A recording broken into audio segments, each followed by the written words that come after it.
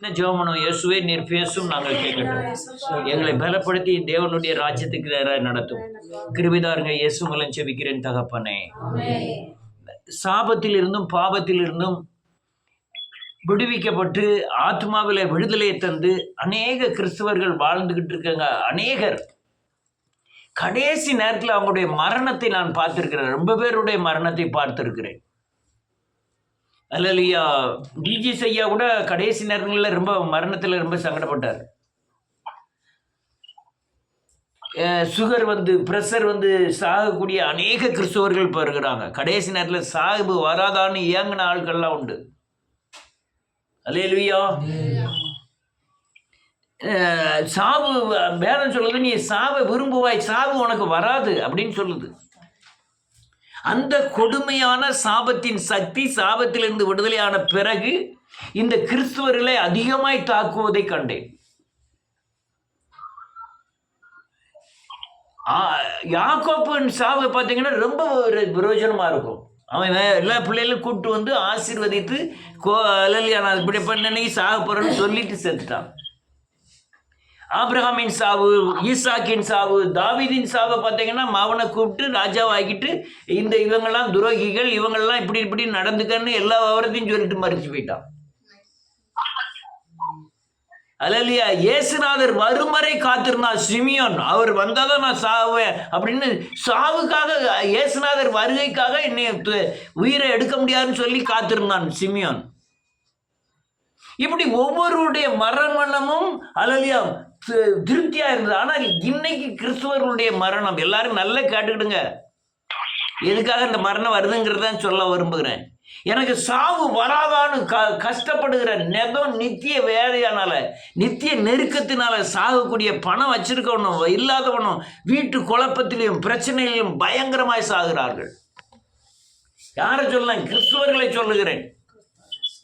புறஜாதி விக்கிரகங்களை சேவிக்கிறவர்களுக்கு அவங்களுக்கு நியமிக்கப்பட்டிருக்கு. நமக்கு அப்படி கிடையாது. சாபத்திலிருந்து விடுதலை ஆக்கினவர்.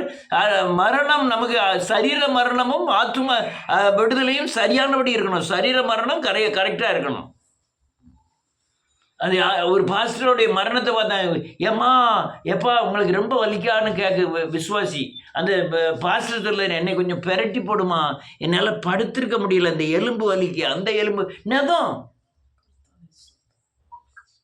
100 கோடிக்கு சர்ச்சை கட்டின பாஸ்டர்லாம் அவங்க சாகும்போது பயங்கர கொடுமை. ஏன் இந்த நிலைமை? முதல்ல சர்ச்சைக்கு வந்த உடனே நல்ல ரசிக்கப்பட்ட உடனே என்ன சொல்லுவாங்க அநேகர், என்ன போட்டோலாம் கழட்டிட்டேன், அந்த ஜாதகத்தெல்லாம் கொண்டு போய் எரிச்சிட்டேன். அல்லேலூயா. ஏன் ஒரு ஆள் டாக்டருக்கு படித்தவர், அவர் படித்த சர்டிஃபிகேட்டில் ஜாதிங்கிறதே கட் பண்ணி எடுத்துட்டாரு. ஜாதிங்கிறதே கட் பண்ணி எடுத்துட்டாரு. ஐயா, நான் வரி கொடுக்கறது இல்ல. என்னது கேட்கலையோ?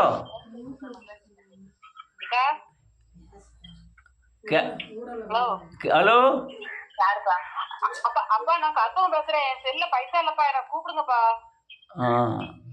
யாராவது கூப்பிடுங்க. கட் பண்ணிருங்க, கூப்பிடுவோம். ரைட். இயேசுவின் நாமத்தினாலே நல்ல காலுங்க. இது ரொம்ப கவனமான, ரொம்ப முக்கியமான ஒரு சாட்சி. ஒரு சாட்சி அல்ல, செய்தி. கிறிஸ்துக்குள்ள வரும்பொழுது இப்படி தீவிரமாக இருக்கிறார்கள். நான் எதையும் இழக்க தயார், அண்ணனை இழக்க தயார், தம்பியை இழக்க தயார், ஜாதியை இழக்க தயார், தெருவை இழக்க தயார், எல்லாருமே இழக்க தயார். அவ்வளவு வைராக்கியங்கள். உடனே எல்லாம் நடக்கிறது பூராமே நன்மையாக நடந்துக்கிட்டே இருக்கும். முதல்ல ஸ்டார்டிங் பீரியடில் போக போக போக இவங்க என்ன செய்யறாங்க தெரியுமா? பணத்தின் பக்கம் சாயிறாங்க. இயேசு கிறிஸ்துவை பணமாவது ஒன்றாதுன்னு நினைச்சிட்டு தான் இயேசு கிறிஸ்துக்குள்ள வந்தாங்க. இயேசு கிறிஸ்துக்குள்ள வரும்போதும் பணமாவது ஒன்றும் எனக்கு தேவையில்லைன்னு நினைச்சாங்க. பிறகு மனிதரை சார்ந்து கொள்ள நினைத்தார்கள். அநேகர் கடைசி அல்லேலூயா விட்டு வந்த சொந்தங்களையும் விட்டு வந்த சகோதரர்களையும் ஒரு பிரச்சனைக்கு, ஒரு இதுக்கு பயங்கரமா மனுஷரை சார ஆரம்பிக்கிறார்கள். கிறிஸ்துவ மனுஷரை சார ஆரம்பிக்கிறது தான் பெரிய சாபம். இந்த சாபத்தினால தான் அவன் மரணம் கொடூரமாய், அதை நான் சத்தியத்திலிருந்து உங்களுக்கு காமிக்க போகிறேன். மரணம் கொடூரமாய் மாறுகிறது. மனுஷனை நம்புவதை பார்க்கலாம் கர்த்தர் மேல் பட்சமாயிருப்பது நலம். ஆனா மனுஷனை நம்பி நம்பி சாகிற கிறிஸ்தவர்கள் நிறைய பேர். வீட்டில் உயிரோட சாகுறான். அநேக கிறிஸ்தவர்கள் உயிரோட எல்லா பணம் இருந்தோம், மனுஷனை நம்புறதுனால நான் அவன்கிட்ட 10,000 கொடுத்துட்டான், அவனுக்கு 1,00,000 கொடுத்துட்டான், அவன் ஏமாத்திட்டான், புரட்டிட்டான், இதை வச்சு அவன் சத்துக்கிட்டு இருக்கான். அல்லேலூயா. இப்படி சாகிறத, இப்படி அநேகர் சாகிறத நான் பார்த்துட்டு வேத வசனத்தின் அடிப்படையில் பார்க்கும்போது மனுஷரை சாகுகிறது சாபம் என்று கண்டுபிடித்தேன். வாசிப்போம் ஒரு வசனத்தை. எரேமியாவின் புஸ்தகம் 17வது அதிகாரம் 5வது வசனம். எரேமியாவின் புஸ்தகம் 17வது அதிகாரம் 5வது வசனம்.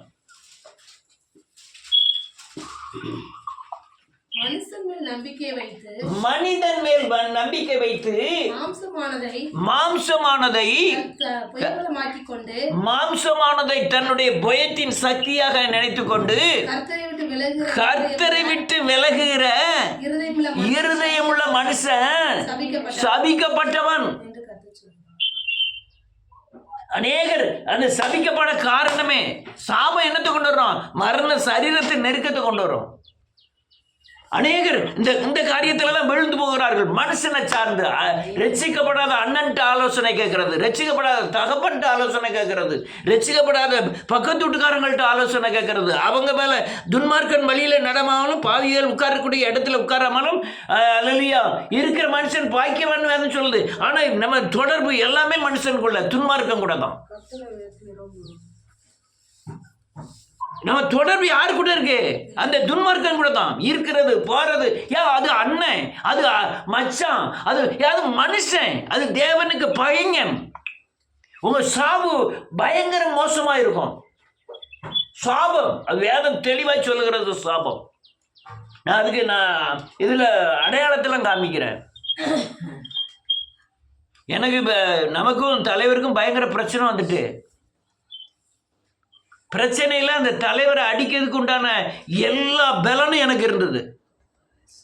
அது அவர் சர்ச்சுக்கு அடுத்தாலே எனக்கு சொந்தக்காரன் தான் பெரிய ரவுடி. போய் சொன்னா போதும் வந்து அடிச்சு தூக்கிடுவான். நான் மாம்ச பலத்தை நம்பவே இல்லை. இப்போ சர்ச்சை இடிச்சோன்னா கூட இவர் யார் மாரியப்பன்னா நெல்லை மாவட்ட கிறிஸ்துவ இதில் தலைவராக இருக்கார். அதுபோல் லாயர். அவர் எஸ்பிட்ட போய் கம்ப்ளைண்ட் போட்டு அடுத்த நிமிஷம் தூக்கிடுவான். நான் மனுஷ பலத்தை நம்புறதா இல்லை, மனித பலத்தை நம்புறதா இல்லை. இப்போ 24 வருஷம் ஓடி வந்ததுல எத்தனையோ போராட்டங்கள் வந்தது, எதுலையுமே மனுஷ பலத்தை நம்பினதா இல்லை. ஏன்னா அது சாபம், அதுவும் பயங்கரமான சாபம். எங்க அண்ணன் எனக்கு 65 வயது ஆகுது. எங்க அண்ணன் என்னை பார்த்தா ஏழன்னு தான் கூப்பிடுவா. என்னல தாடி வளர்த்துருக்க, ஒரு தடவை கெட்ட வார்த்தை சொல்லி ஏசார் ரோட்ல. சாரல மனிதனை சாரக்கூடாது. சார்ந்தால் என்ன ஆகும்? சாபம் உண்டாகும். பயங்கரமான சாபம் என்னத்தை கொண்டு வரும்? மரணத்தின் பிடியில் இருக்கும்போது அதுக்குண்டான கணக்கப்புறம் கேட்கப்படும். நம்முடைய மரணம் எப்படி இருக்கும் அதான் முக்கியம். நான் அநேக நேரம் நினைக்கிறேன், யாக்கோப்பின் மரணம் ரொம்ப செழிப்பா இருந்தது. எத்தனை மாசம்? 4 மாசம் அந்த பிணத்தை வச்சு அவங்க அழுதுகிட்டே கொண்டு போய் அடக்கம் பண்ணுவாங்க. எத்தனை மாசம்? 117 நாள் 116 நாள்னு நினைக்கிறேன். எகிப்துலேருந்து கானான் தேசத்துக்கு தூக்கிட்டே போகிறோம். வச்சு அழுது அவனுக்கு சுகந்த வாசனை போட்டு கொண்டு போய் ஜாம்னு அடக்கம் பண்ணிட்டான். யோசேப்பின் மரணம் எப்படி தெரியுமா? சூப்பராக இருந்தது. அரண்மனையிலே சாவு. அநேக கிறிஸ்துவர்களுடைய மரண ஐசியூ வார்டுல சாவு. உயிரோடு இருக்கும்போதே சாகுறான். ஐயா எனக்கு சுகர் கூட ஆயிட்டு, கேன்சர் கூட ஆயிட்டு, அல்ல பிரஷர் கூட ஆயிட்டு, நெதம் பிரச்சனை, நெதம் சாவு. காரணம் இயேசுநாதரை விட்டுட்டு மனுஷனை சாரக்கூடிய காரியங்கள். ஒரு மனுஷனை காமிக்கிறேன் பாருங்க, வாசிக்கலாம். 2 நாளாகமத்தின் புஸ்தகம் 14வது அதிகாரம்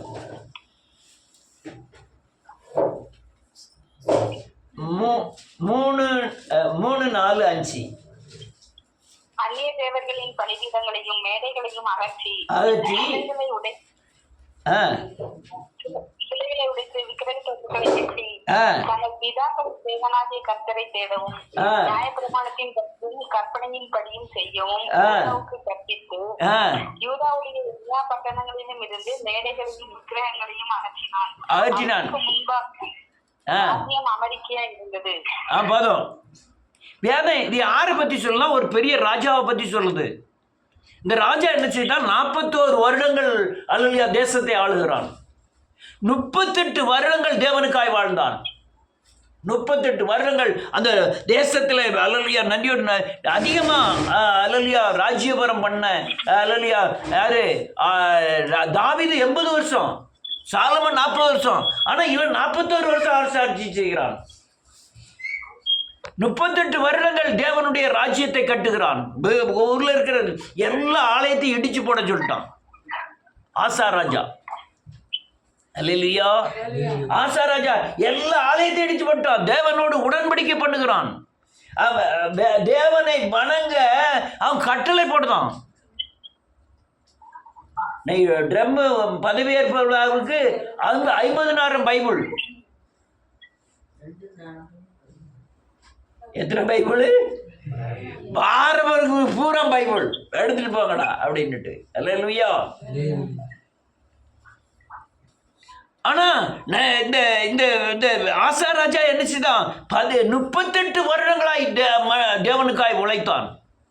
தேவனோடு உடன்படிக்கை பண்ணினான். தேவ ஆலயங்களை கட்டினான். விக்கிரக தோப்புகளை அழித்தான். விபச்சாரிகளை ஒழித்தான். புணர்ச்சிக்காரர்களை ஒழித்தான். தேசத்துல சமாதானத்தை உண்டாக்கினான். வேதம் சொல்லுது சமாதானத்தை உண்டாக்கினான். அந்த ராஜா என்ன பண்ணிட்டான் தெரியுமா? வாசிப்போம்.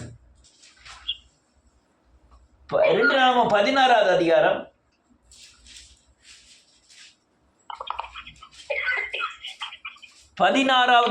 7வது வசனத்திலிருந்து. அக்காலத்திலே ஞான திருப்திக்காரனாகிய அனானி யூதாவின் ராஜாவாகிய ஆசாவினிடத்தில் வந்து அவனை நோக்கி, நீர் உம்முடைய தேவனாகிய கர்த்தரை சார்ந்து கொள்ளாமல் சீரியாவின் ராஜாவை சார்ந்து கொண்டபடியினால் சீரியா ராஜாவின் ராணுவம் உமது கைக்கு தப்பி போயிற்று.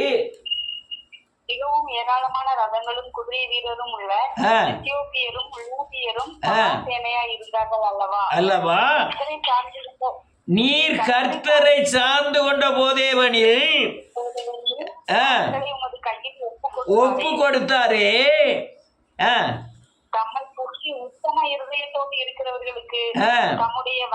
வல்லமையை விளங்க பண்ணும்படி கர்த்தருடைய கண்கள் பூமி எங்கும் உலாவிக் கொண்டிருக்கிறது. ஆமென். இந்த விஷயத்தில் மதியில்லாதவராய் இருந்தீர்.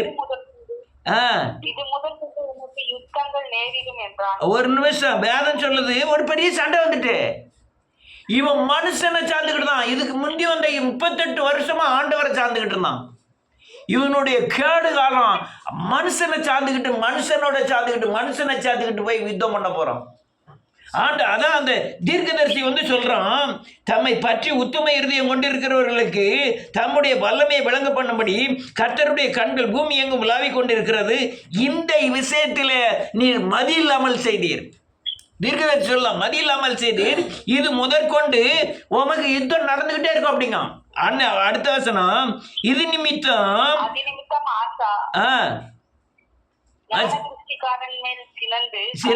சினந்து அவனை காவலறையில் வைத்தான்.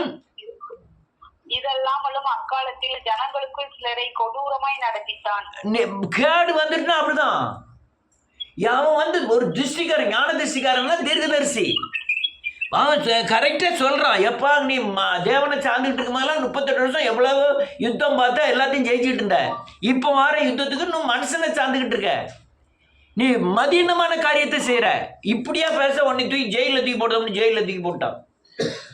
அல்லேலூயா. சிறைச்சாலையில தூக்கி போட்ட பிறகு அவன் சொன்னான், இன்னும் அக்காலத்தில் ஜனங்களுக்குள் சிலரை யாரெல்லாம் தப்புன்னு சொல்லாங்க அவ்வளவு கொடுமைப்படுத்த ஆரம்பிச்சிட்டான். ஆமென். பணத்தின் பக்கமும் சாயக்கூடாது, மனுஷன் பக்கமும் சாயக்கூடாது. முடிவு மோசமா இருக்கும். முடிவு பயங்கர மோசமா இருக்கும். அல்லேலூயா. ஒரு பெரிய ஊழியக்காரர் இறந்துட்டாரு. அடக்கம் பண்ணது ஸ்டாலின்லாம் வந்திருக்காரு. அடக்கம் பண்ணது அந்த ரூபா இல்லன்ட்டாரு. யாரு? அந்த ஊழியக்காரருடைய மகன், பெரிய கோடீஸ்வரன். அவரெல்லாம் பேங்க் அக்கௌண்ட் அப்படியே காலம் எடுத்து பார்த்தீங்கன்னா பல லட்சம் ஆட்டோமேட்டிக்காக உணர்ந்து கிடக்கும். யார் அனுப்புனான்னே தெரியாது. அந்த கோடீஸ்வரன் அடக்கம் பண்ணதுக்கே ரூபா இல்லைன்ட்டாரு. பல நாடுகள்ல இவங்க கோபுரங்கள், ஜப கோபுரங்கள் இருக்கு. ஸ்டாலின் ரூபா கொடுத்து தான் அந்த அடக்கமே நடந்தது. யாரும் சொல்ல மாட்டாங்க, நம்ப மாட்டாங்க. அல்லேலூயா. அன்னைக்கு காணிக்க பிடிச்சாங்க. அதுதான் பெரிய பிரச்சனை. பெரிய பிரச்சனை இல்லை, அவங்களுக்கு ஒன்றும் தெரியாது, அது தவறு. அன்னைக்கு காணிக்க, எங்கள் அப்பாவை அடக்கம் பண்ணதுக்கு எல்லாரும் காணிக்க போடுங்கன்னு சொல்லி காணிக்க பிடிச்சாங்க. அல்லேலூயா. அடுத்த என்ன இருக்கு? 11வது வசனம், 12வது வசனம். நல்ல காலங்க 38 வருஷம் ஓடிக்கிட்டு இருக்கு. 39வது வருஷத்திலே தன் கால்களிலே ஒரு வேக்கூர் மாதிரி ஒரு சின்ன வியாதி கண்டு அவன் நோவு மிகவும் உக்கரமாய் இருந்தது.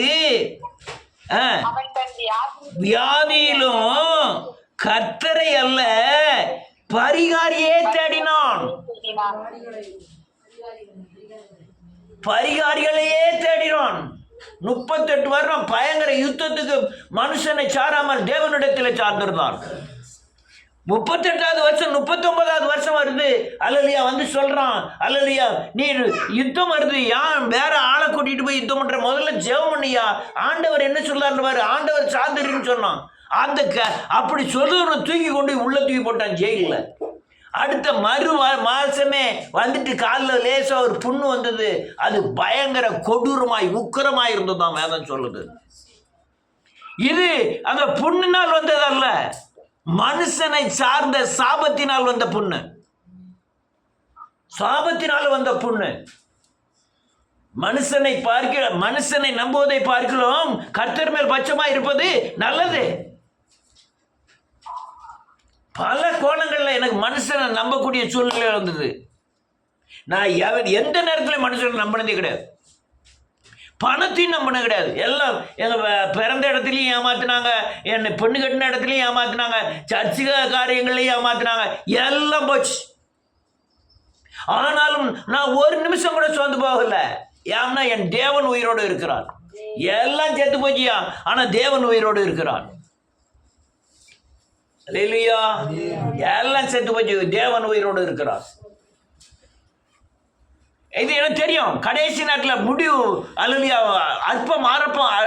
ஆரம்பம் அற்பமா இருந்தாலும் முடிவு சம்பூர்ணமா இருக்கும். அடுத்த லைன் எழுதி வாசிங்க யாராவது. ஆமேன். மரித்து ஆமேன். போதும். வேதம் சொல்லுது அந்த 39ல வியாதி வந்தது.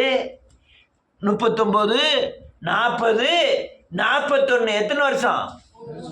3 வருஷம் காலில் நோவு பட்டு வேதனை அடைஞ்சி அழுகி செத்தான். அல்லேலூயா. அழுகி செத்தான்.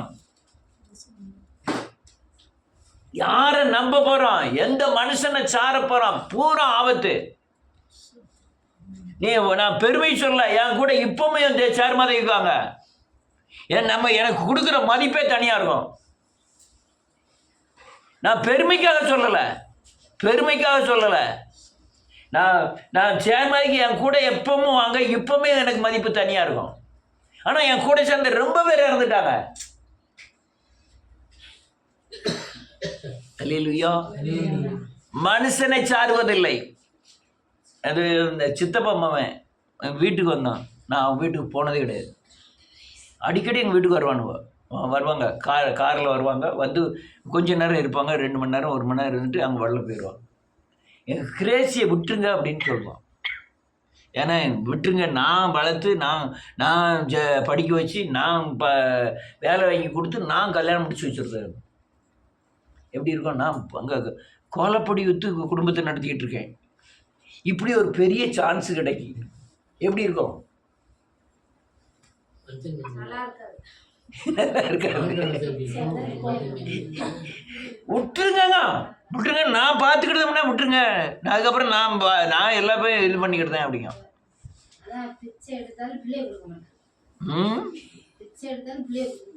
பிள்ளை கொடுத்துட்டேன்னு நானும் அவனை வளர்க்க முடியாம பெரியவனை அவன் அம்மாட்ட கொண்டு வந்து விடக்கூடிய சூழ்நிலை ஆயிட்டு. இருக்க இடம் கிடையாது, உடுத்த துணி கிடையாது, சாப்பிடறதுக்கு ஒன்றும் கிடையாது. சரி, அவள் அம்மா வீட்டிலேயாவது கொஞ்ச நாள் இருக்கணும். 1 வருஷமும் எத்தனை எவ்வளோன்னு 1 வருஷம் இங்கே வந்து விட்டுருந்தது. என்ன பாடுபட்டதுன்னு வெளியே சொல்லக்கூடாது. அந்த பாடு இவ்வளோத்துக்கு அவனுக்கு அம்மா, அவனுக்கு ஆட்சி. அதுக்கு என்ன அர்த்தம் தெரியுமா? மனுஷனை நம்பினதுக்குள்ள பயப்படும். எச்சி கஞ்சி, சாதாரண கஞ்சி கிடையாது, எச்சி கஞ்சி, 3 தடவை கஞ்சி. யார் வீட்டில்? ஒரு நாள் மழை பெஞ்சிட்டு வீட்டில் போய் படுத்திருக்கேன். உடனே எந்திரிச்சு வெளியே போங்க, வீடு கிடையாது. யாரு? எனக்கு மாமியார். உடனே இப்போ இங்க உள்ள படுக்கூட வெளியே போயிருக்க. அப்படிக்கு அந்த நடு ரோட்ல போய் நின்னோம். ஆண்டவரே, எங்க வீடே இல்லையா, என்ன செய்ய அப்படின்ட்டு. அல்லேலூயா. அப்பவும் மனுஷனை சாரல, பட்டியா கிடந்தேன், மனுஷனை சாரல. சர்ச்சுகளில் பிரச்சனை எத்தனையோ வந்தது, இப்போ மனுஷனை சாரல. என் குடும்ப வாழ்க்கையில் எத்தனையோ பிரச்சனைகள் வந்தது, மனுஷனை சாரல. தேவனை மட்டும், அது ஏன் பலம் இல்லை, தேவனை சார்ந்த. நான் அநேக நேரம் சொல்லியிருப்பேன், வர்ற பிரச்சனையில் ஒரு பகிர்ந்து கொள்ள கூட ஒரு சுவிசேஷ முத்து இல்லை, பகிர்ந்து கொள்ள கூட ஒரு சாமுவேல் இல்லை. என் பிரச்சனையை சொல்லதுக்கு ஒரு ஆளும் இல்லை, என் சொல்ல பெரிய காரணம் இல்லை. ஆனால் அவன் முடிவு சொல்லணும்ல, முடிவு என்னன்னு சொல்லணும்ல. அப்படி ஒரு ஆள் இல்லையே அப்படின்னு சொன்னேன். 3 வருடம் காலில் நோய் வந்து அலலியா வேதனைப்பட்டுட்டான். யாரு? எதுக்கு தெரியுமா? மனுஷனை சார்ந்ததுனால வந்த சாபம்.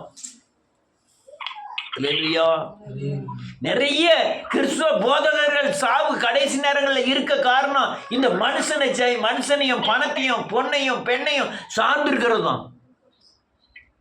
பொண்ணுன்னா நான் மனைவியை சார்ந்திருக்க கூடாதுன்னு சொல்லல, அல்லேலூயா, மனைவியை சொல்லல. இந்த காரியம் தான் அவங்க கடைசியில் உள்ள மரணத்தை நிர்ணயம் பண்ணுகிறது. விசுவாசியை நிர்ணயம் பண்றதும் முதல்ல ஆண்டவரை சார்ந்திருக்காங்க, போக போக மனுஷனை சார்ந்திருக்கிறதுனாலும் அவன் சாவோட முடிவு அப்படி முடியுது. அதுக்கான சுகர்லாம் பார்த்தா படாத பாடுபடுத்திடுது அநேக கிறிஸ்துவர்களை. வேதனையில பெண்கள்லாம் மறைமுகமான வியாதிகள் அதிகமாக தாக்க காரணம் மனுஷனை சார்வது, சாபம். மனுஷனை சாரு, அதுவும் ரட்சிக்கப்படாத பிள்ளைகளை சார்ந்தது, ரட்சிக்கப்படாத அல்லது சொந்த பந்தங்களை சாருகிறது. இது பூராமே பயங்கரமாக வேதனையில் கொண்டு போய் விட்டுரும். இந்த ஆசா ராஜாவை நீங்க திரும்ப எடுத்து வாசிச்சு பாருங்க. அவன் பட்ட பாடுகள், அவன் எப்படி ஜேஜேன் இருந்தான், கடவுளை நம்பி எல்லா வித்தங்களும் பண்ணியிருந்தான். 38 வருடங்கள் தேவனை சார்ந்திருந்தான். கடைசியில் ஒரு தவறு தானே விடல ஆண்டவர். அல்லேலூயா. ஆனால் அவன் மாவன் வந்தான். மாவன் ஒரு யோக்கியமானவன். அல்லேலூயா. அவன் பேர் யோசேபாத், ரொம்ப உத்தமமான ராஜா. இதே மாதிரி யுத்தம் வருது, ஆண்டவரை தவிர நான் யாருமே சார்ந்திருக்க மாட்டேன்ட்டான். அல்லேலூயா. கொஞ்சம் உங்களெல்லாம் போட்டோ எடுத்து விற்றுருப்போம்னா இதுக்குள்ளே எவ்வளோப்பட்ட ரூபா சம்பாத்தியம் பண்ணியிருப்பேன். கொஞ்சம் இயேசுவை மாத்திரம் நான் மாற்றி பேசியிருப்பேன். நீங்கள் எப்படியும் பாவம் செஞ்சுட்டு போ, கர்த்தர் உன்னோடு கூட இருப்பார் மட்டும் சொல்லியிருப்போம்னா ஏகப்பட்ட ரூபா நான் சம்பாத்தியம் பண்ணியிருப்பேன். ஏகப்பட்ட ரூபா. நீ எந்த பாவத்திலையும் விழுந்துட்டு போ, கர்த்தர் உன்னை ஆசீர்வதிப்பார்னு சொல்லியிருந்தா நான் ஏகப்பட்ட ரூபா சம்பாத்தியம் பண்ணி இருக்க முடியும். அல்லேலூயா. அதுக்கு பதிலாக தான் சாபத்தில் அடிபடும் போது அந்த வீட்டில் உள்ளவங்கள தூர எடுத்துட்டு நான் போய் முதுவை கொடுக்க வேண்டிய சூழல் ஆயிருந்தது. யாராவது நீங்க சர்ச்சில் இந்த செல்ல கேட்குற ஆளே கேட்க, ஏதாவது ஒரு ஊழியர் இருந்தால் அதை அங்கே அனுப்புங்க, இங்கே சாபம் அந்த செய்வனை பிடியில் உள்ள ஆட்கள்லாம் இருக்காங்க, அந்த பாஸ்டர் அங்கே வச்சுட்டு அங்கே அந்த ஆளை வெளியே போய் வாடகைக்கு இருக்க சொல்லலாம். மனுஷனை சார்ந்திராதனால தான் அந்த யுத்தத்தில் ஜெயிக்க முடிஞ்சது. பைபிள் படிச்சுட்டு இருக்கேன், சைடில் நல்ல பாம்பு, ஒரு நல்ல பாம்பு இல்லை, பல நல்ல பாம்புகள். அல்லேலூயா. மனுஷனை சார்ந்து சார்ந்து சார்ந்து சாகிற அல்லேலூயா ஊழியர்களே, மனுஷனை சார்ந்து சார்ந்து சாகிற விசுவாசிகளே, உங்களுடைய மரணத்தின் முடிவை நீங்களே நிர்ணயிக்கிறீர்கள். யோசேப்பு பாருங்க, நம்ம வாசிப்போம் 17வது அதிகாரம். அவன் சாணத்திலே இல்ல 20வது அதிகாரம், 20வது அதிகாரம் 1ல இருந்து வாசிக்கலாம். இதற்கு பின்பு மோவா புத்திரரும் அம்மோன் புத்திரரும் ஆமென். அம்மோனியருக்கு அப்புறத்தில் உள்ள மனுஷரோடும் கூட யோசபாத்துக்கு விரோதமாய் யுத்தம் பண்ண வந்தார்கள். இதே பிரச்சனை வருது. அவன் அப்பாவுக்கு என்ன பிரச்சனை வந்ததோ அதே பிரச்சனை யோசபாத்துக்கு வருது. இவன் இந்த பிரச்சனை வரும்போது இன்னொரு ராஜாவையும் அசீரிய ராஜாவையும் இன்னொரு ராஜாவையும் கூட்டி கொண்டு வந்து சேர்த்துக்கிட்டு யுத்தம் பண்ணிட்டு போறான். அல்லேலூயா. யாரு? யோசுவா எல்லா யுத்தம் பண்ணும்போதும் ஆண்டவர்கிட்ட போய் கேட்டுட்டு தான் யுத்தத்துக்கு போவான். ஒரு நாள் கேட்காம போயிட்டான். பெரிய தேசம், எத்தனையோ தேசத்தை ஜெயிச்சு வந்தவன் யோசுவா. அவன் பேர் யுத்த வீரன். இது ஒரு சின்ன குட்டி தேசம் ஆயிப்பட்டினம். அதுல போனோம்னா தோத்துட்டான். வந்தோன்னா ஆண்டவரே, ஏன் ஆண்டவரே தோத்துட்டேன், நான் எரிகோவை ஜெயிச்சு வரும்போது அதுல உள்ளதை எடுக்கக்கூடாதுன்னா உங்கள 2 பேர் எடுத்து ஒழிச்சு வச்சிருக்கோம், அது சாபம் பிடிச்சது அப்படின்னு ஆண்டவர் பேசுறாரு யோசுவாட்ட. அப்ப நினைக்கிறோம், நான் ஆண்டவர்கிட்ட சார்ந்து வாழாம தனியா போய் அவன் சுய புத்தியில போனது தப்புன்னு சொல்லி மன்னிப்பு கேட்கான். யாரு? யோசுவா. முகம் தரையில பட விழுந்து ஜோம் பண்றான். அல்லேலூயா. மோசே கல்ல கொண்டு எரிய போறாங்க, தண்ணி இல்ல, வனாந்தரம், தண்ணி இல்ல, கல்ல கொண்டு எரிய போறாங்க. அவன் அந்த ஆளோட சண்டை போடலையே, போய் முகம் குப்புற விழுந்து தேவன்ட்டு தான் பேசணும். ஆண்டவரே, இவங்களுக்கு நீர் தான் பதில் சொல்லணும். அதே ஜனங்கள் 6 லட்சம் பேர் ஒரே ஒரு மனுஷனை தான் நடத்தும். அந்த 6 லட்சம் பேரும் மோசையை கூப்பிட்டு சொல்லலாம், நீ என்ன மிஞ்சி மிஞ்சி போற, உன்ட்டு தான் ஆண்டவர் இருக்காரு, ஏன்ட்டு ஆண்டவர் இல்லையோ அப்படிங்க. அப்பவும் அவங்ககிட்ட ஒண்ணுமே பேசல, எந்த மனுஷனையும் சார்ந்து கொள்ளல. அல்லேலூயா. எல்லாரும் விட்டுட்டு போயிட்டாங்க இயேசுநாதரை. அவரு இந்த 12 பேர் தான் இருக்காங்க. 12 பேர்கிட்ட வந்து நீங்களும் போக மனதா இருக்கீங்களா? ஆனா நீ போகாதீங்க, வைக்காதீங்க, போனவங்களை போய் கூப்பிட வைக்க இல்லவே இல்லை. நீ எப்படினாலும் நினைச்சிருப்பாங்க. ஒரு பர்னபாஸ் பிரதர் போனாலும், ஒரு சாம்சன் போனாலும், ஒரு ஊழியக்காரன் எவ்வளவு சங்கடப்படுவான் தெரியுமா? இம்மி அளவு கூட எனக்கு கஷ்டமே இல்லை, நெசமா சொல்லுதேன். எல்லாரையும் காட்டிலும் அதிகமாக காணிக்க கொடுக்க வர 2 பேருமே. ஒரு ஜப கூட்டத்துக்கு 2000 3000. ஆனா நான் ஓப்பனா சொல்ல காரணம், நீங்க மனுஷனை சாரக்கூடாதுங்க தான் நான் காணிக்கையெல்லாம் சொல்றேன். எனக்கு இம்மி அளவு கூட இவர் போயிட்டார அதுதான் கிடையாது. ஏன்னா என் தேவனை நம்பணும், அவ்வளவுதான். மனுஷனை நம்ப கூடாது. அல்லேலூயா. இயேசுநாதரை விட்டுட்டு பேதுரு ஓடுறான். பேதுரு நீ ஓடாத, என் பக்கத்துல நில்லு, இவங்க பிடிக்க போறாங்கன்னு இயேசுநாதர் சொல்லவே இல்லை. நான் தனித்திருக்கவில்லைங்கார் இயேசுநாதர். நானும் பிதாவும் ஒன்னா இருக்கிறோம், நான் தனிச்சு இருக்கல. அநேகர் மனுஷனை சார்ந்து சார்ந்து சேர்த்துருந்தாங்க வாழ்க்கையில. அல்லேலூயா. மனுஷனை சார்ந்து சார்ந்து சார்ந்து சார்ந்து வாழ்ந்து வாழ்க்கையே பயங்கர பிரச்சனையில முடியுது. சாவு பயங்கர மோசத்துல முடியுது. யோசபாத்தை பாருங்க. அடுத்த வாசிங்கம்மா 2வது வசனம். சிலர் வந்து யோசபாத்தை நோக்கி, விரோதமாய் ஏராளமான ஜனங்கள் ஆமென் கடலுக்கு அக்கறையில் இருக்கிற சீரியாவிலிருந்து வருகிறார்கள். இதோ அவர்கள் எங்கேரியாகிய ஆசாதோந்தாமாவில் இருக்கிறார்கள் என்று அறிவித்தார்கள். ஆமென். அப்பொழுது யோசபாத் பயந்து கர்த்தரை தேடுகிறதற்கு ஒருமுகப்பட்டு யூதாவெங்கும் உபவாசத்தை கூறுவித்தான். என்ன ஆயிட்டு பாருங்க, யார தேடுதான்?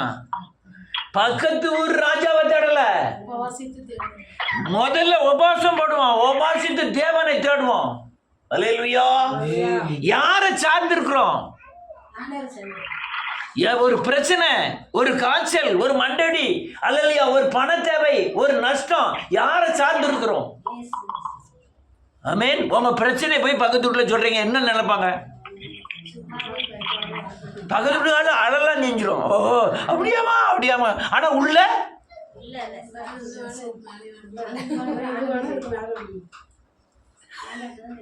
உள்ள சரி, உங்க பிரச்சனையாவது முடிய போறது இல்ல. ஆனா அப்படி பிரச்சனைக்கு அவனை சார்ந்து ஒரு காரியம் நடந்தாலும் நீ தேவ தீர்ப்புக்கு போக வேண்டியிருக்கு. நீ என்ன நம்பாம அவனை நம்புறதுனால நீ பயங்கரமான சாபம் வருங்காரு. நீ தேவனை பொய்யனாக்குகிறாய். நேற்று வரை செஞ்ச காரியத்தை மறந்துட்டு இன்னைக்கு இன்னொருத்தரை போய் நம்பிட்டு நிக்க. அதான் உத்தம இருதயத்தை தேவன் கண்கள் தேடிக்கிட்டு இருக்கு.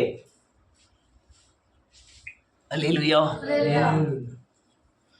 ரைட். அடுத்தால என்ன எழுதிருக்குமா? வாசிங்க. 3.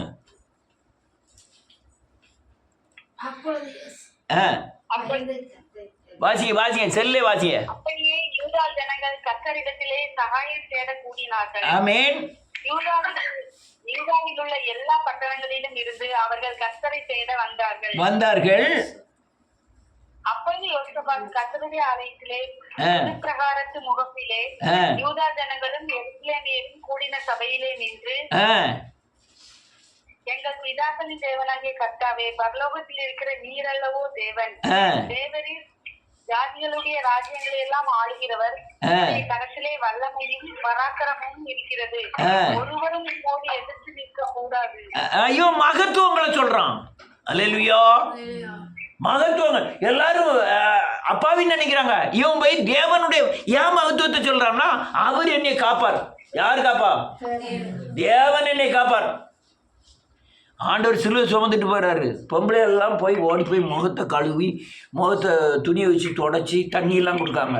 உடனே அவர் சொல்லாரு, எப்ப என்னைய பத்தி பரிதவிக்காத, நான் ஒத்தையில இல்லை, நான் பிதாவோட இருக்கேன், என் பிரச்சனையை கண்டெல்லாம் நினைக்காதீங்க, நாங்க எழுதியிருக்க மாதிரி போயிட்டு இருக்கேன். அல்லேலூயா. நீங்க தேவனை பாருங்க, உங்க பிள்ளைகளை பாருங்க, தேவனை பார்த்து உங்க பிள்ளைகளை பாருங்க. கிளீனா சொல்றாரு தேவனை. இவங்க பெண்கள் மட்டும் இல்ல, இவர் யாருக்கெல்லாம் நன்மை செய்தாரோ அவ்வளவு பேர் கூடி நின்று என்ன சொல்றாங்க தெரியுமா? இவரை சிலுவையில் அறைந்து பரபாசை விடுதலை ஆக்குமா. அவருக்கு ஒரு தடையாக மேல இருந்து, நீ குருடனா இருந்தா, நீ சப்பானியா இருந்தா, நீ பசி இல்லாம இருந்தா, 5000 பேருக்கு போச்சுட்டு 5000 பேர் நின்று என்னை பார்த்து சிலுவையில் அறைன்னு சொல்லி கொஞ்சமாவது உனக்கு இறக்கம் இல்லையான்னு கேட்கல. 5000 பேர் நான் கொடுத்த அப்பத்தை தானே தின்னீங்க, 5000 பேர் நான் கொடுத்த மீனை தானே தின்னீங்க.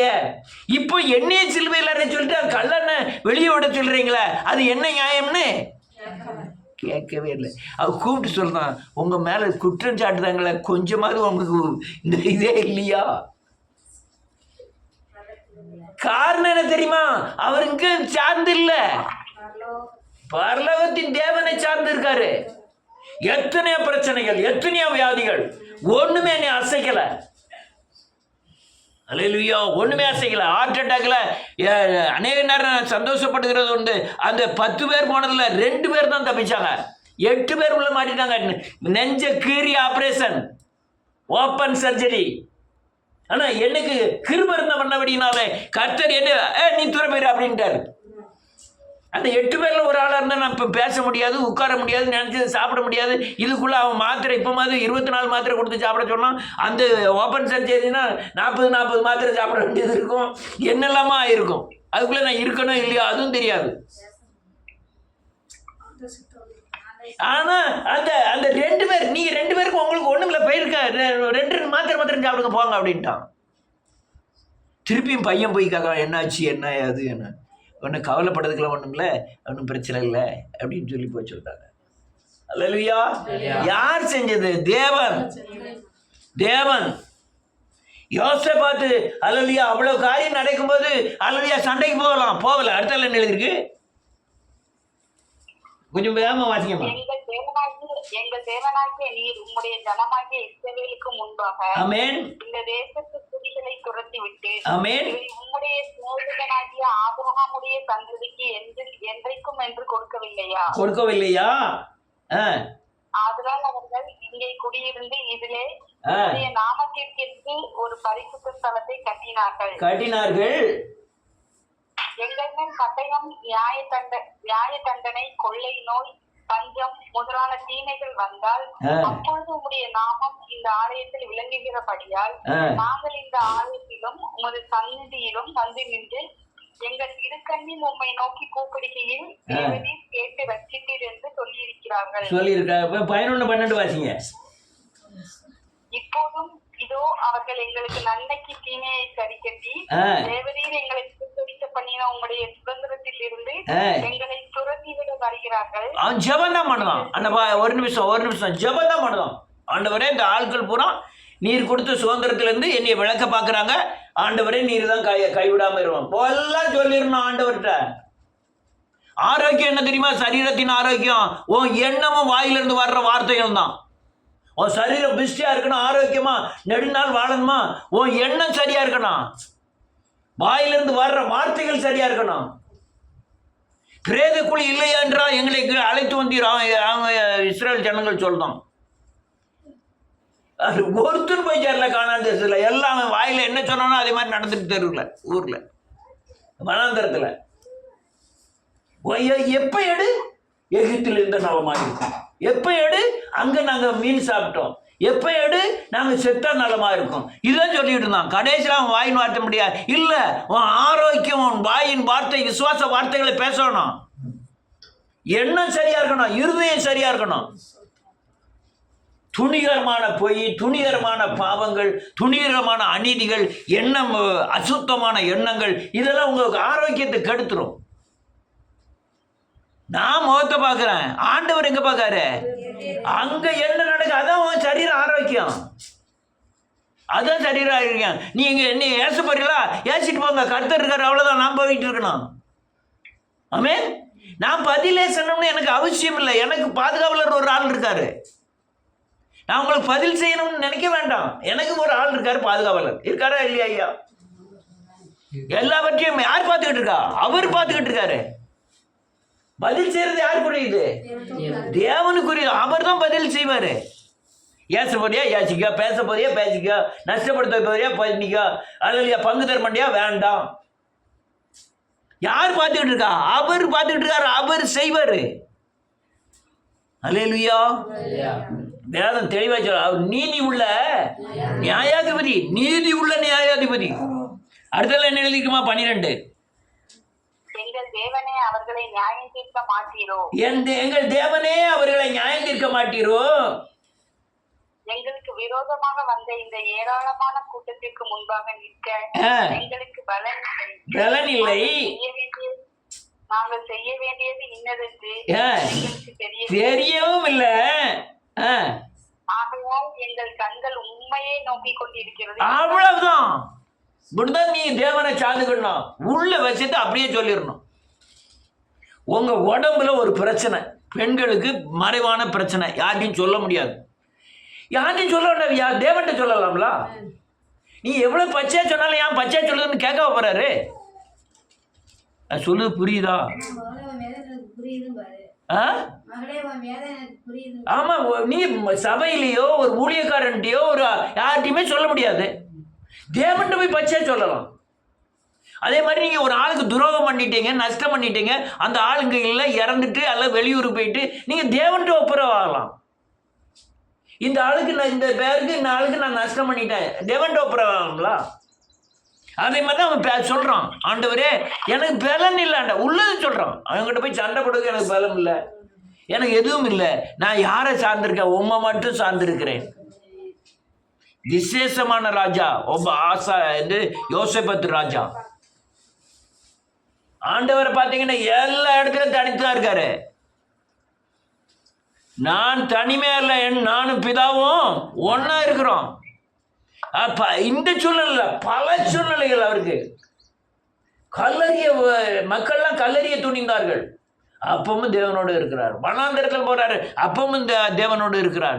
ராத்திரி முழுக்க வனாந்தரத்தில் ஜெபம் பண்றாரு, அப்பவும் தேவனோடு இருக்கிறார். பசியா இருக்கிறார், அப்பவும் தேவனோடு இருக்கிறார். 40 நாள் வனாந்தரத்தில் உபவாசம், அப்பவும் தேவனோடு இருக்கிறார். நீ யாரோட பேசுறீங்க? நீங்க உங்க காரியத்தை நீங்க ஆட்டோமேட்டிக்கா பேச கத்துக்கணும். புலம்பல் இல்லை. அநேகர் வீட்டில் நடக்கிற காரியங்களை புலம்புவாங்க. எங்கள் ஆட்சி ஒரு எங்கள் தாய் மாமா 18 வயசுல இறந்து போயிட்டார். சாபத்தின் தன்மை. என் ஆட்சி இருக்க வரையும் பார்த்தேன். அது சோறு பொங்க வரும்போது எல்லாம் அழுதுகிட்டே அலைவான். 18 வயசு பையனை தூக்கி விட்டுட்டேன்னு அழுதுகிட்டே அலைவா. சோறு பொங்கும்போது, கறி வைக்கும்போது, குழம்பு வைக்கும்போது அப்படியே அந்த அந்த அழுகை நான் சொல்லலை. நீ அப்படி அழுகிறத தேவன்ட்டு அழுக. ஆண்டவரே, நான் இந்த ஆளுக்கு இப்படி செஞ்சுட்டேன், அதை இப்படி ஆகிட்டு, அதை இப்படி ஆகிட்டு சொல்லுங்க. கேட்பாரா கேட்க மாட்டாரா? கேட்கறதுக்கு தான் அவர் கண்கள் பூமி எங்கும் உலாவுகிறது. நீங்க சொல்றத கேட்க சொல்ல மாட்டேக்கானு நினைப்பாரு. அவன் நீங்க பெரிய முனங்கால் போட்டு ரொம்ப கையை நீட்டி உபவாசம் போட்டு அப்படிலாம் கூட வேண்டாம். அப்போ அது பண்ணணும், தப்பு இல்லை. ஆனால் இந்த சாதாரணமே பேசலாம். ஆண்டவரே, நான் தென்காசி வரையும் போகிறேன், நீ போகும்போது என்னை பார்த்துக்கிடும், என் பிள்ளைகள் பள்ளிக்கூடத்துக்கு போகுது. நீ பெரிய அலங்காரத்தில் ஜோமனம்லாம் அவசியமே இல்லை. என் பிள்ளைகள் பள்ளிக்கூடத்துக்கு போகுது, பள்ளிக்கூடத்து பிள்ளை போடுறத நீங்கள் ரத்தத்தினால் நீங்கள் இயேசுவை விசுவாசிச்சாதானே சொல்லுவீங்க. சொல்லணும், ஆண்டவர்கிட்ட சொல்லணும்.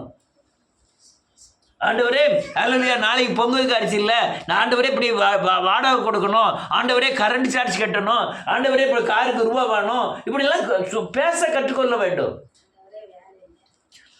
கற்றுக்கொள்ளணும், பேசணும், ஆண்டவர்கிட்ட பேசணும். அல்லேலூயா. ரத்தம் ஜெயம், இயேசுவின் ரத்தம் ஜெயம். இது எந்த இதையா சேரும்? இயேசுவின் ரத்தம் ஜெயம்னா எது சேரும்? எந்த அர்த்தத்தில் சேரும்? இன்னைக்கு இது சொல்லலாம். இயேசுவின் ரத்தம்னா பலி, எனக்காய் மரித்து, எனக்காய் அடக்கம் பண்ணப்பட்டு, எனக்காய் உயிர்த்து, எனக்குள்ளே வாசம். இது ரத்தம் ஜெயத்துக்கு அடையாளம். சும்மா ரத்தம் ஜெயம்னா என்ன அர்த்தம்? அல்லேலூயா. தேவனை சார்ந்துரு. வேத வசனத்தின் மூலமா தான் நீங்க தேவனை பார்க்க முடியும். நீ வேத வசனத்தில் நடந்தாதான் உங்களோட தேவன் நடக்கிறார்னு அர்த்தம். நீ இயேசுவின் சாயலுக்கு ஒப்பாய் மாறினதான் அல்லேலூயா சாபத்தின் பிடியிலிருந்து நீ விடுதலையாக முடியும். கடைசியில் உங்க மரணம் உங்களை அல்லேலூயா வேதனையை அனுபவிக்காத ஒரு மரணத்தை சந்திக்க வேண்டுமானால் மனுஷனை சார்ந்துடாத, தேவனை சார்ந்துரு. அல்லேலூயா. மனுஷனை சார்ந்துடாத, தேவனை சார்ந்துரு. கர்த்தர் அல்லேலூயா மனுஷனை சார்ந்திருந்தா மரணம் மோசமா இருக்கும். தேவனை சார்ந்திருந்தா சொல்லி இன்னைக்கு நான் சாக போகிறேன், எல்லாரும் வந்துடுங்க.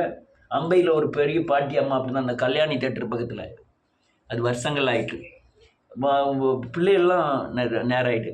பிள்ளைகள்லாம் அங்கே ஒரிசாவில் இருக்குது, நாக்பூரில் இருக்குது. இந்த அம்மா எல்லாம் பேத்தி எல்லாத்துக்கும் லெட்ரு போட்டு எல்லாரும் நீங்கள் உடனே வாங்க, நான் இத்தனாம் தேதி இன்ன கிழமை இப்படி சாக போகிறேன் அப்படின்னு விவரத்தை சொல்லிவிட்டு எல்லா பேத்தி கொள்ளு பேரன் எல்லாத்தையும் வர சொல்லி எல்லாம் வீட்டில் நல்ல பாயசம் சாப்பாடு கப்பாடெல்லாம் வச்சுட்டு ஆண்டவர் என்னை கூப்பிடுதாரு, நான் போயிட்டு வரேன்னு சொல்லி ரூமுக்குள்ளே போயிட்டு கொஞ்ச நேரம் ஆள் வரலன்னு கதவை திறந்து பார்க்காங்க. ஜோமனுனாலே ஆள் இறந்துட்டு.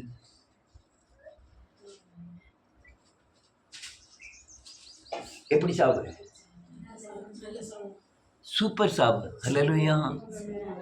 காரில் சாகுது, காரில் அடிபட்டு சாகுது, மருந்து குடிச்சு சாகுது, தூக்கு பிடிச்சி சாகுது, சாவு வரமாட்டேங்கன்னு அழுகிறது. ஆண்டவரே, நான் இப்படி வேதனையில் கிடக்கிறேன்னு அழுகிறது. இது என்னையா சாவு? சொல்லணும். யாக்கோபு அப்படி சொன்னான், நான் சாக போகிறேன். அல்லேலூயா. தாவீது சொன்னா, நான் சாக போகிறேன். நாள் குறித்து அமைஞ்ச நாள் குறித்து சொல்லலாம், அந்த தேதி என்ன கிழமை நான் சாக போகிறோம்னு. ஆனால் இப்போ என்னுடைய கிறிஸ்துவர்களுடைய வாழ்க்கை பயங்கர மோசமான சாபத்தின் தன்மை. நாம் சாபத்திலிருந்து விடுதலை ஆவோம். கர்த்தர் உங்களை ஆசீர்வதிப்பாராக. எல்லாரும் மடங்கால் படிடுவோம்.